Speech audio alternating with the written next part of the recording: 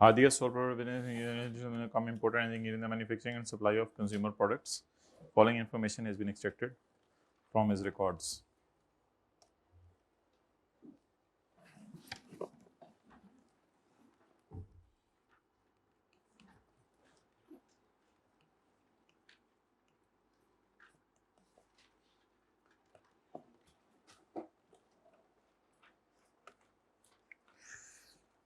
Taxable goods sold to registered customers.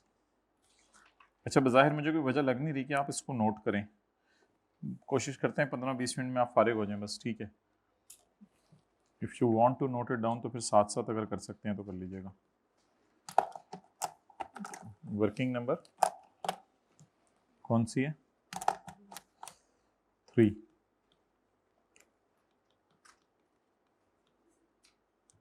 Taxable sale. No further tax. Further tax. Sale to registered customers include sales to unregistered,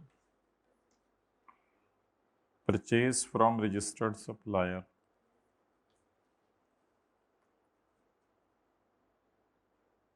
बस जी। जो समझना चाहते हैं वो समझने में फोकस करे, जो साथ साथ तेज बंदे नोट कर सकते हैं, करने की मर्जी है उसकी। कोशिश करेंगे 15-20 मिनट में खत्म हो जाए। सेल टू रजिस्टर्ड जी 2750। Sale to unregistered 1050। तो देखा करें, असल में आप देखेंगे कितनी जल्दी सवाल सॉल्व हो सकता है पेपर में। मैं ये बताना चाह रहा हूँ। Export to Saudi Arabia, working number 2 कितना? 1500। परचेज फ्रॉम रजिस्टर्ड सप्लायर जी कितनी? 1890। Purchase from unregistered 1000। Inadmissible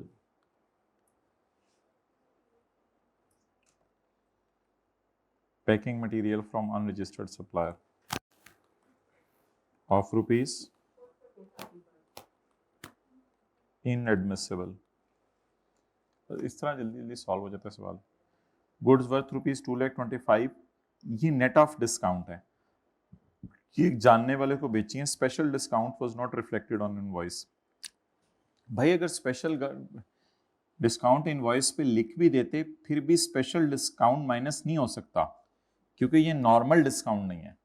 अगर लिखा होता कि इनवॉइस पे लिखा हुआ है फिर भी माइनस नहीं हो सकता। बहरहाल ये अमाउंट नेट है और सेल में पड़ा हुआ है 225, तो सेल में से 225 निकाल के जानने वाले को सेल रिकॉर्ड करें।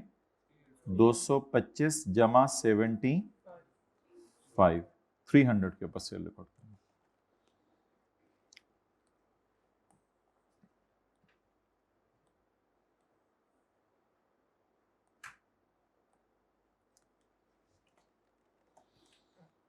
$1,20,000 to a customer in Multan. We receive full payment in November. अच्छा, बेची फिर अभी है, बेची अभी है फरवरी में, पैसे नवंबर में आ गए थे। बताएं ये कब की सेल है? नवंबर की। पहले के पैसे आ चुके हैं ना। नवंबर तो हमारे बाद है या पहले है हमारे से? तो नवंबर के पैसे आ चुके हैं, तो फिलहाल क्या करें, इसको फिर इस सेल में से माइनस कर दें। सेल ऑफ नवंबर 120, ये नवंबर की सेल में जाएगा।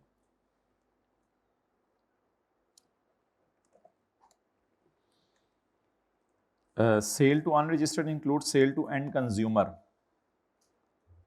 Sale to unregistered include sale to end, इसे फर्दर टैक्स से निकाल के नो फर्दर टैक्स में डाल दें। कितना जी? 130। लेकिन फेस पे याद रखिएगा, मैंने कहा था आपको लिखना होता है No further tax is charged on sale to end consumer. Purchase include purchase from Huck Enterprise. Huck Enterprise को सस्पेंड कर दिया गया registration, -100. Purchase from suspended person of ₹100, inadmissible.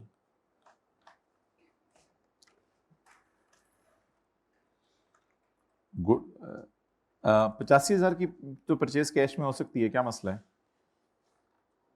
50,000 section 73 जाके पढ़िएगा, 50,000 तक की परचेज कैश में हो सकती है, 85,000 की कैश में नहीं हो सकती. इसको क्या करेंगे, डेट करेंगे, माइनस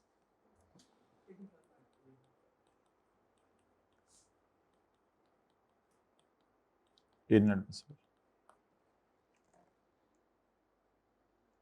बस जो लोग लेट आए हैं, मैंने कहा था बस मैं कर रहा हूं, इसको नोट शोट नहीं करना आपने.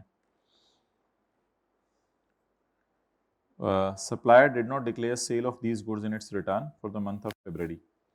मैंने परचेज कर लिया चीज़ें, लेकिन जिससे मैंने खरीदी हैं उसने अपनी रिटर्न में नहीं दिखाई. तो हमने चैप्टर 20 में पढ़ा था कि परचेज रिकॉर्ड करने के लिए दो जगह ये बात पढ़ी है.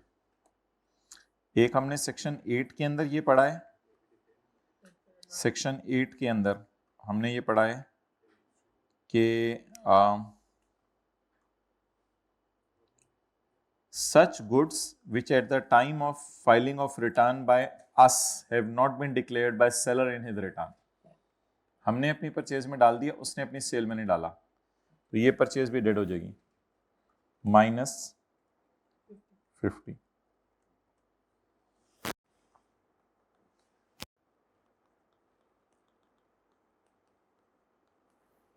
इनएडमिसिबल.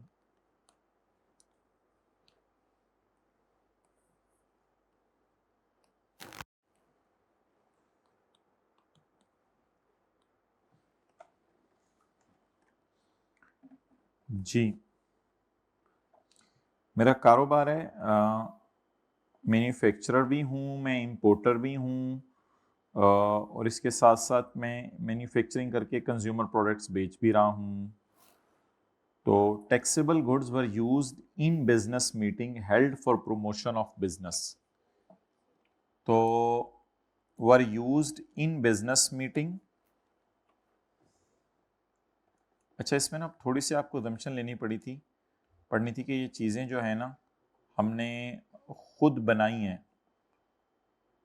तो supply means putting to business use of goods produced during taxable activity.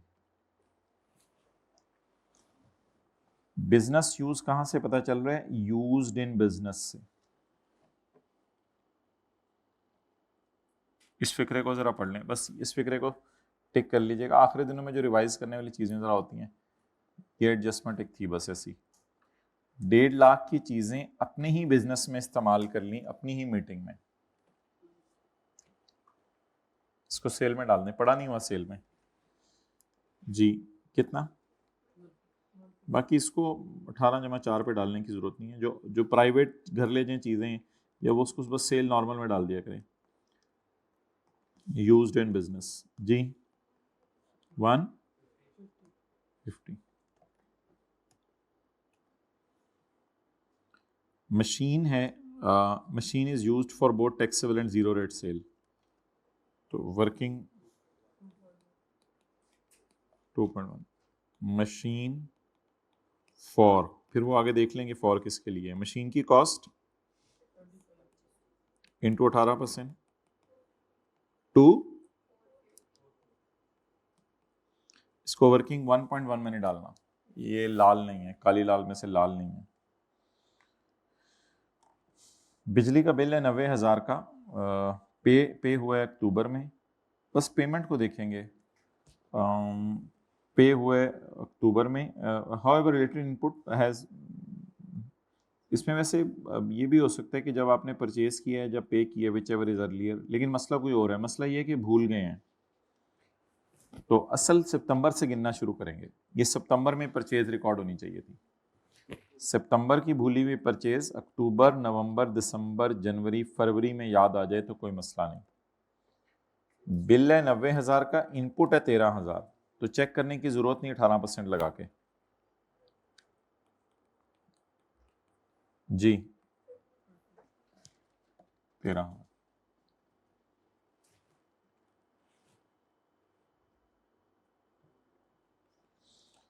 अच्छा जी, इस एडजस्टमेंट को हमने इग्नोर करना होता है, ये याद से आपने कल मुझे बताना है, कल क्लास में हम इसको डिस्कस करेंगे। Auditors have suggested to make a provision. Provision एक अंदाजा होता है, टैक्स वाले अंदाजे नहीं लगाते, जो एक्चुअल चीज़ हो उसको देखते हैं। ये एक अंदाजा है, अंदाजे नहीं होते हमारे, इसको कल याद करा दीजिएगा। बाकी सवाल ख़त्म हो गए। मशीन आगे बस देख लें किसके लिए यूज़ हो रही है, both taxable and zero rate sale के लिए।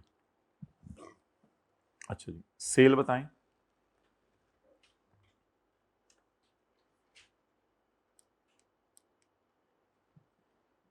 $2750 माइनस 225 माइनस 120, हाँ जी कितना? 2405। और 1050 minus 30,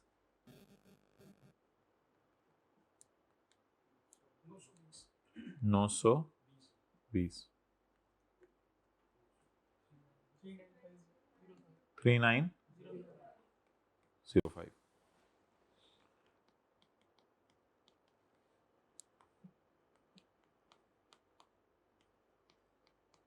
exempt cell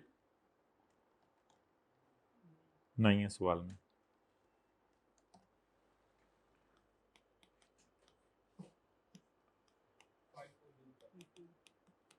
five to 05, इस पे 18% लगाएं, 290 जमा 13।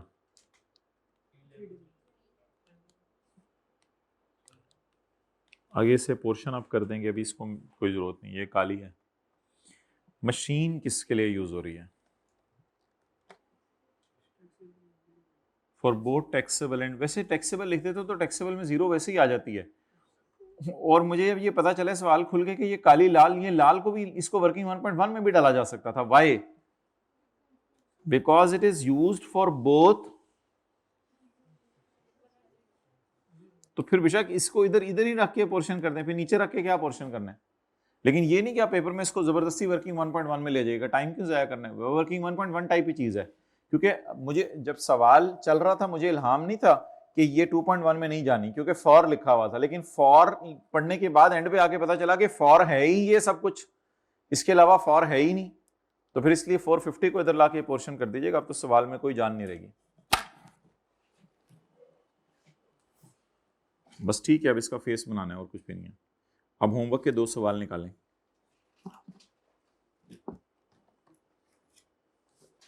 ये तस्वीर किसी ने खींचनी है तो उसकी मर्जी है, बेजान सा सवाल था वैसे। माजरत भाई आपको बुलाया तो कुछ था ही। Question number 26। अच्छा,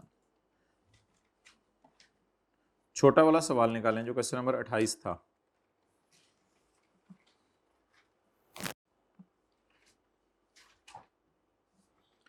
Kazmi Traders is registered under Sales Tax Act 1990.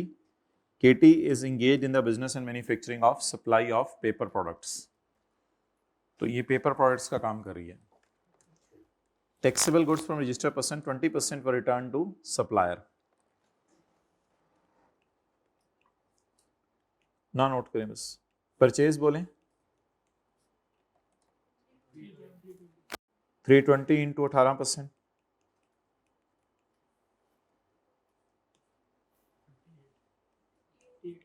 बेहतर है परचेज रिटर्न अलग से लेस कर दें। अगर आप चाहें तो 320 में से भी माइनस कर सकते हैं, ऊपर ही 320 में माइनस का साइन लगा दें। कैसे किया था घर में? 320 माइनस, वो बहुत ही ज्यादा शॉर्ट हो जाना था। 320 इंटू 80% इंटू 18%, ये तो शायद एग्जामिनर कहता बहुत ही ज्यादा इसने शॉर्टकट लगाया है।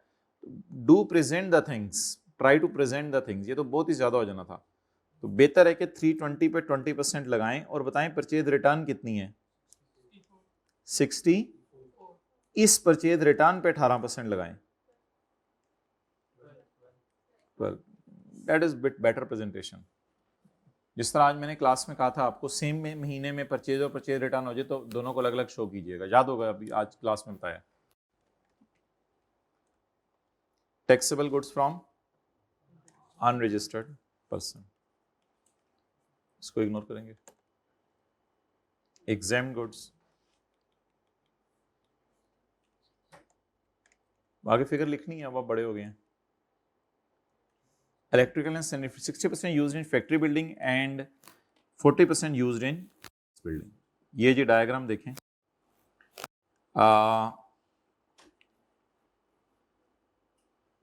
हमने सेक्शन नंबर 8 के अंदर ये पढ़ा था कि goods used in immovable property such as building and construction material, चाहे वो फैक्ट्री बिल्डिंग में यूज हुए, चाहे वो इस बिल्डिंग में यूज हुआ है, वो माइनस करने की इजाजत नहीं।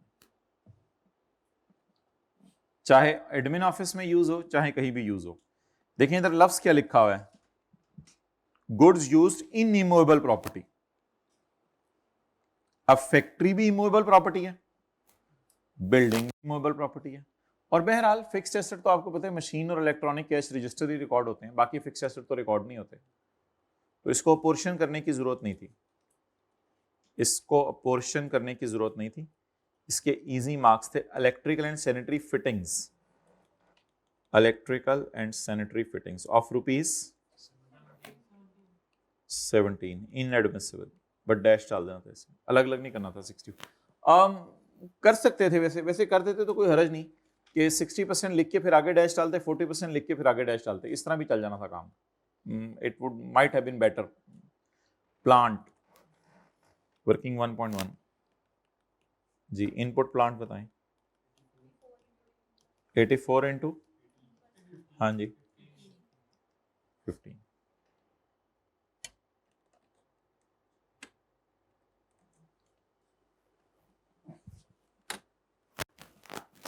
जी, कौन सा 28।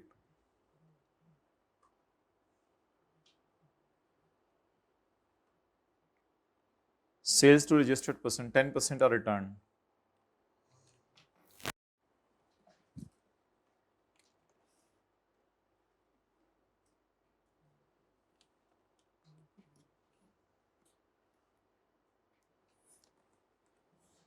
हाँ जी, वर्किंग नंबर 3। सेल कितनी है, no further tax, further tax, sale, sale return वैसे बता दें बस लगा के 20। एक्सपोर्ट न्यूमेरिकल के फेस पे चली जानी थी। बिजली का बिल में 1.36 पड़ा है सेल्स टैक्स। 60% of बिजली was used in factory building while remaining amount was related to office building। ये हमने कभी क्लास में वाज़ेह तौर पे डिस्कस नहीं किया और ना उसने अपनी किताब में डिस्कस किया हुआ है कि बिजली का बिल कौन सा माइनस करना है। मुनासिब है कि बिजली का बिल फैक्ट्री वाला ही माइनस कीजिएगा, बाकी ना ही माइनस कीजिएगा। हो सकता है किसी की राय कुछ और भी हो दुनिया में। बेहतर है बिजली का बिल जो है वो आप इसका माइनस कर लीजिएगा, फैक्ट्री का, ऑफिस का बिजली का बिल माइनस ना कीजिएगा। इसमें कोई ना वाज़ेह तौर पे लॉ में गाइडेंस नहीं है, तो इसलिए क्योंकि जो सेक्शन है ना 73 उसमें बस लिखा हुआ है बिजली का बिल माइनस करने की इजाज़त है, तो बेहतर है इसमें फिर गाइडेंस नहीं है तो ठीक। बिजली का बिल, ये तो ऊपर इलेक्ट्रिकल एंड सैनिटरी फिटिंग्स थी ना, बिजली का बिल कितना है, नहीं ये 1.36 18% लगा हुआ है, इस पे लगा हुआ है, बस इसको कितना अलाउ कर दें जी 8 डन, बाकी ये सवाल खत्म। अच्छा तस्वीर खींच ले किसने खींची, क्वेश्चन नंबर 28 फर्दर टैक्स वाली कोई नहीं थी, तो यही आप लोगों ने घर में किया होगा।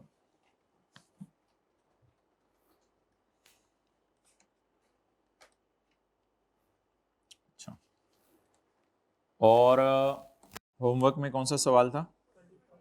इसमें तो कोई मसला नहीं आया होगा। क्या आया था? कोई मसला नहीं आया। चलें जी, अब आपके इंशाल्लाह हम 5 मिनट्स ले रहे हैं, फिर आपको फ्री कर रहे हैं। Question number 11। Faizan is registered under sales tax act 1990। Faizan registered है सेल्स टैक्स एक्ट 1990 में।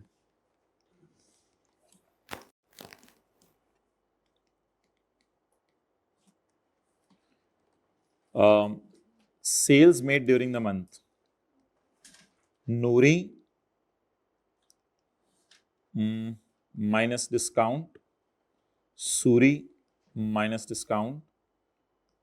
Minus discount. Faizan normally allows 5% discount to all its customers. However, in a special case, 10% was allowed to Suri.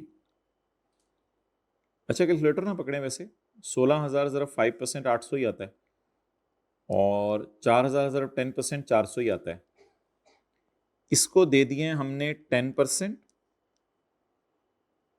और इसको दे दिए हमने 5%, और इसको दे दिए 10%. Faizan normally allows 5%. However, as a special case, Suri को हमने 10 दिया, तो नूरी को 5. Now tell me, is it VOS or it is VOS? Net 15,200 after discount. So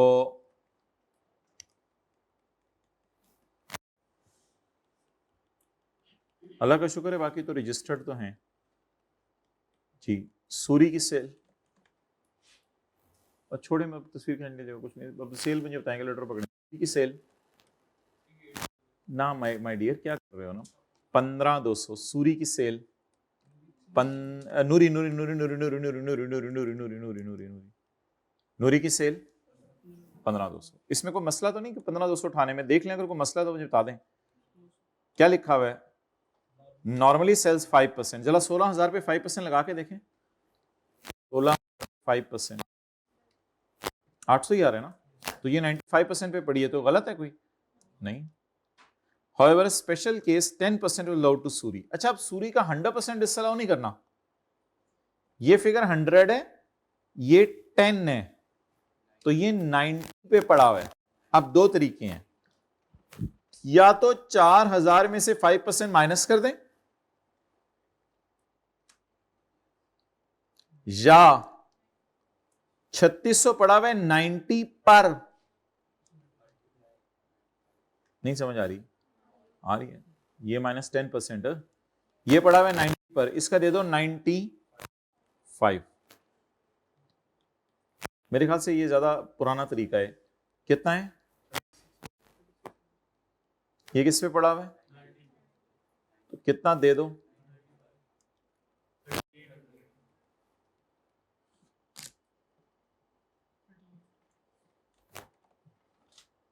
cell to unregistered, इसके बारे में कुछ बताया नहीं वैसे। जरा कैलकुलेटर पकड़ें, 4200 जरा 5% करके देखें। नॉर्मली सेल्स, नॉर्मली नॉर्मल वाला देखें, 42 जरा 5%, 210 ही आ रहे हैं ना। तो अनरजिस्टर्ड बंदे को भी डिस्काउंट दे सकते हैं। ये कहां लिखा हुआ अनरजिस्टर्ड को डिस्काउंट नहीं दे सकते? अनरजिस्टर्ड को भी दें। इसकी सेल तो सही है, 3990 उठा लूं। 3990 ढूंढेंगे इधर, 3990 तो 3, कोई मसला नहीं। अनरजिस्टर्ड बंदे को भी डिस्काउंट दें, डिस्काउंट तो देने की जरूरत है। एक्सपोर्ट टू जॉर्डन कितना? 6,000। सबर एक minute. Supplies of 617.5 were returned by Noori, net of discount. Noori, ये तो अल्लाह का शुक्र है 95% पे पड़ी नहीं है। ओहो, ये तो नेट ऑफ डिस्काउंट है, तो फिर किस पे पड़ी हुई है? नहीं, 95% पे पड़ी हुई है ना, क्योंकि सबको डिस्काउंट कितना दिया जा रहा है? 5%। तो ये 95% पे पड़ी है, इसको 100 पे लाने की कोई जरूरत नहीं है। सच को कुछ छेड़े, कुछ करें, बस छोड़ें फिर, बस 6 1, ये क्या हो गई, ये इसको नहीं छेड़िएगा फिगर को, सही है, सही, कुछ सोया रहने दें, ये सही पड़ा हुआ है। कोई सवाल है तो पूछ लें। हाँ, अगर ये सूरी की होती और फिर नेट ऑफ डिस्काउंट लिखा होता, फिर ये 90 पर पड़ी होती, इसको 95 कर लिया था। आगे परचेजेस रजिस्टर्ड 27,000, मैं नहीं लगा रहा 18%, और परचेजेस अनरजिस्टर्ड। इसका क्या करना है, motor pump were given to Faizan friend free of cost. हम बना रहे हैं इंजीनियरिंग गुड्स, हमारा कारोबार है इंजीनियरिंग गुड्स बनाने का, और मोटर पंप फैजान को दे दिया है, तो putting to business, non business, private use या transfer of goods as owner. मेरे ख्याल से ये गिफ्ट की डेफिनेशन में आना चाहिए, और जिसको हमने सप्लाई की डेफिनेशन में इस तरह डाला था कि supply means transfer of the right to dispose of goods as owner, यानी गिफ्ट। गिफ्ट इसको कहां डाल दें, सेल में, सेल में कितना 33,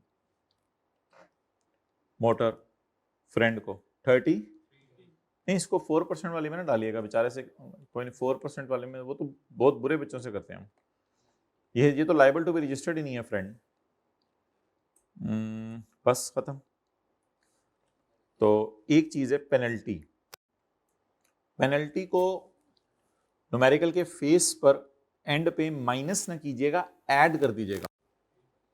ये पेनल्टी पेबल है, इज रिक्वायर्ड टू पे पेनल्टी। तो बस कौन सा क्वेश्चन है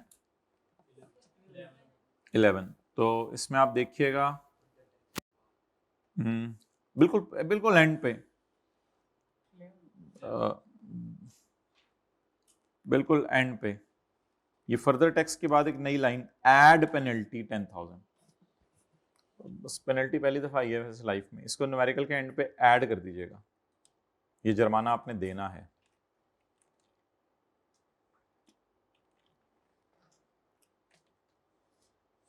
ये कौन सा क्वेश्चन था,